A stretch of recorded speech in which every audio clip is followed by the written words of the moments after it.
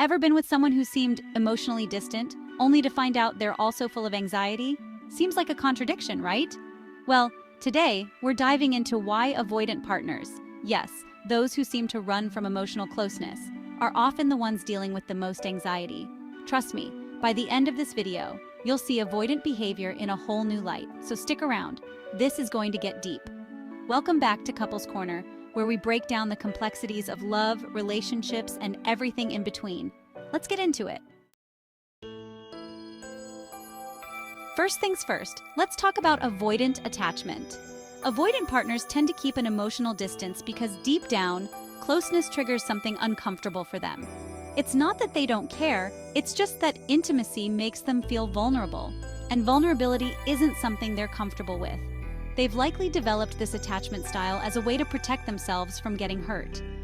Maybe growing up, their emotional needs weren't met by their caregivers, so they learned to rely on themselves. As a result, emotional closeness feels like a threat to their independence, so they back off or shut down. But here's the interesting part. Even though avoidant partners seem cool and detached on the outside, beneath that surface is often a lot of anxiety. Sounds paradoxical, right? Stick with me, because next we'll dive into how this anxiety actually shows up and why it's hidden behind that avoidant mask. So why are avoidant partners so anxious? It comes down to this. While they crave independence and space, they also fear rejection and abandonment.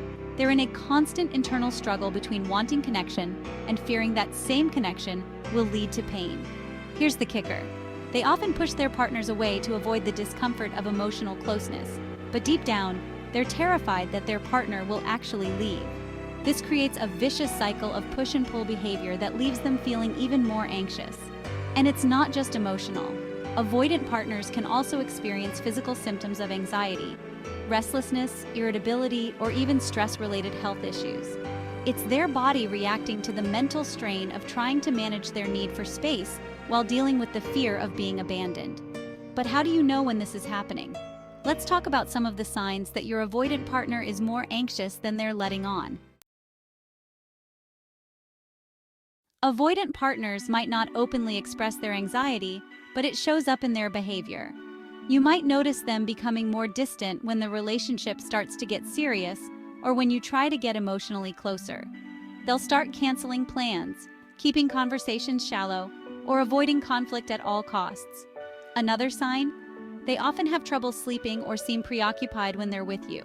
This isn't because they don't care, it's because their anxiety is spiking when they feel things are getting too close for comfort. And then there's the mixed signals game. One moment they're pulling away, and the next they're texting or calling as if nothing happened. This hot and cold behavior comes from that underlying anxiety. They're scared of losing you, but also scared of getting too close. But here's where it gets even more interesting. There's a biological reason why avoidant partners feel this way, and it all has to do with the brain's wiring. Avoidant partners' anxiety isn't just psychological, it's also biological.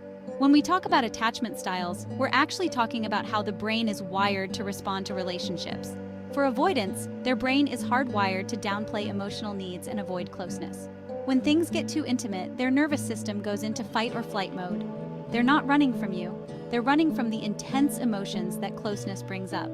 But here's where it gets tricky. Their brain also craves connection. It's like an emotional tug of war happening inside them. This inner conflict is exhausting, and that's where the anxiety comes in. They're trying to balance the need for connection with the overwhelming urge to protect themselves. The more you try to pull them closer, the more anxious they become. So what can you do if you're in a relationship with an avoidant partner?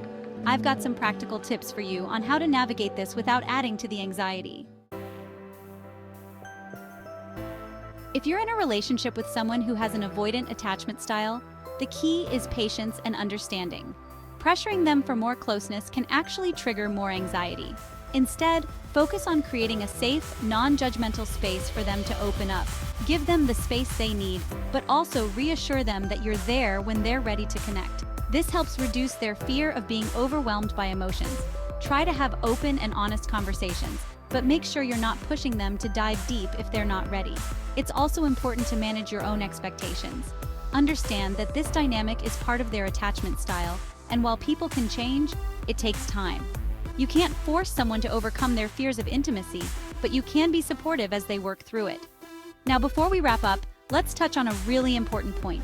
Can an avoidant partner truly change? The answer might surprise you.